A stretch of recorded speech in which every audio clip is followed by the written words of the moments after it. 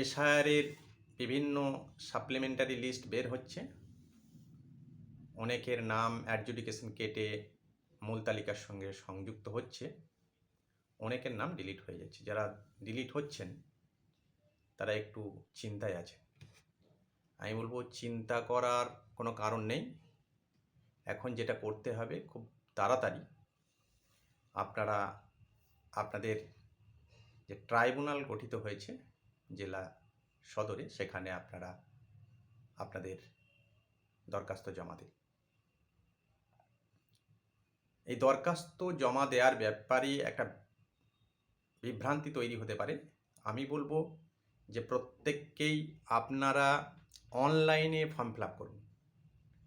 বিভিন্ন ফর্ম বিভিন্নভাবে ঘুরছে বাজারে, ওইভাবে না গিয়ে আপনারা অনলাইনে ফর্ম ফিল আপ করুন। এমনকি আপনি আপনার মোবাইলেও ফর্ম ফিল আপ করতে পারবেন। ওই ফর্ম ফিল আপের পর আপনি ওই ফর্মটা ডাউনলোড করে তার সঙ্গে আপনি আনুষঙ্গিক কাগজপত্র যা আছে আপনার, সেগুলোকে একটি খামে ভরে আমাদের বর্ধমানের ক্ষেত্রে যে সদর এসডি অফিস আছে সেখানে বক্স আছে, সেই বক্সে আপনি জমা দিয়ে আসতে পারেন। এ বিষয়ে আপনাকে খুব তাড়াতাড়ি কাজটা করতে হবে। আপনি নিজের মোবাইল থেকেও করতে পারেন যদি কাজ জানেন মোবাইলে, না হলে কোনো ক্যাফেতে গিয়ে করে নেবেন। খুব সহজ কাজ, খুব জটিল কাজ কিছু নেই। আপনি যদি নিজে করেন তাহলে আপনি ইসিআই ওয়েবসাইটে গিয়ে ওখানে ইসিআই ওয়েবসাইট খুললেই আপনি আপনার পেজটা চলে আসবে।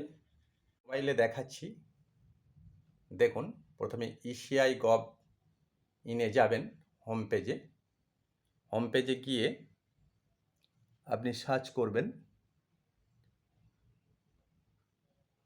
দেখুন এগুলো চলে আসবে আপনার পেজের সামনে, এগুলো চলে আসবে সব। আপনি স্ক্রল করে যাবেন, স্ক্রল করে গিয়ে চলে যাবেন রেজিস্টার কমপ্লেন, যাবেন সাবমিট অ্যাপিল, তারপরে দেখুন সাবমিট অ্যাপিল ফর অ্যাডজুডিকেশন, এইখানে আপনি ক্লিক করবেন। এইখানে ক্লিক করার পর এরকম একটা পেজ চলে আসবে। আপনি এখানে আপনার এপিক নাম্বার দিলে এই পেজটা খুলে যাবে, একটা ওটিপি আসবে আপনার মোবাইলে। দেখতে পাচ্ছেন যে submit appeal for individual under adjudication, এটা করার পর এরকম যে পেজটা এলো, এখানে আপনারা দেখতে পাচ্ছেন যে সমস্ত কিছু দিতে হবে। দুটো বড় বড় বক্স আছে, একটা হচ্ছে ফুল অ্যাড্রেস। এই ফুল অ্যাড্রেসে আপনার যাবতীয় তথ্য লিখবেন, এপিক নাম্বার, পার্ট নাম্বার, কোথায় আপনার কোন বুথ, সব লিখবেন। তারপরে একটা আছে দেখুন, এই তারপরের ঘরটা দেখুন, একটু বড় করে দেখাচ্ছি, রিলিফ শর্ট, অর্থাৎ এই ঘরটাই, দ্বিতীয় ঘরটাই আপনি যেটা লিখবেন, এই ঘরটায় আপনি কিন্তু আপনার যাবতীয় কেন আপনার নাম থাকবে, কেন আপনি, সেটা আপনি লিখবেন।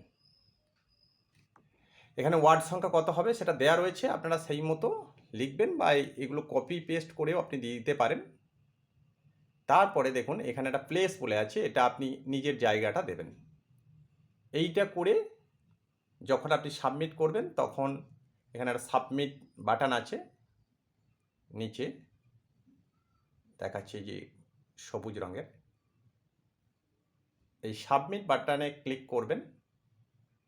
ক্লিক করার পর সাবমিট হয়ে গেলে আপনার দেখবেন আধার অথেন্টিকেশন আসবে। আধার নাম্বার দিতে হবে, আধার নাম্বার দেবেন। আধার নাম্বার আধার নাম্বার দেওয়ার পরেই আপনার ফর্মটা কিন্তু ইসিআর কাছে সাবমিট হয়ে যাবে এবং আপনার অ্যাপ্লিকেশনটা সম্পূর্ণ হলো। অনলাইনে এই যে আধার অ্যাপ্লিকেশন করার পর একটা ওটিপি আসবে আপনার ফোনে, সেটি দিয়ে আধার ভেরিফিকেশন হওয়ার পর আপনার ফর্মটি কিন্তু সাবমিট হয়ে গেল। এখন এই সাবমিট কপির ডাউনলোড করে এর সঙ্গে যাবতীয় কাগজপত্র আপনি একটি খামে ভরে, আবার বলছি, জেলা শহরের যেখানে আপনাদের অফিস আছে এসডি অফিসে, সেখানে আমাদের বর্ধমানের ক্ষেত্রে যেমন বক্স আছে সেই বক্সে জমা দিয়ে আসবেন। আবার বলছি, দুশ্চিন্তা করবেন না, ভালো থাকবেন, সুস্থ থাকবেন। সুস্থ থাকলে, মন ভালো থাকলে, চিন্তামুক্ত থাকলে কিন্তু অনেক কাজ করা যাবে।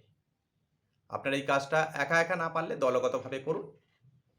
এমন যদি হয় যে আপনি জমা দিতে যেতে পারছেন না, অসুস্থ, পাড়ায় যারা স্বেচ্ছাসেবক আছে তাদেরকে বলুন সমস্ত কাগজ, বেশ কয়েকজনের কাগজ একসঙ্গে জড়ো করে তারা সেখানে দিয়ে আসবে। এতে অর্থের সাশ্রয় হবে এবং সময় অনেকটা বাঁচবে। ভালো থাকবেন সকলে।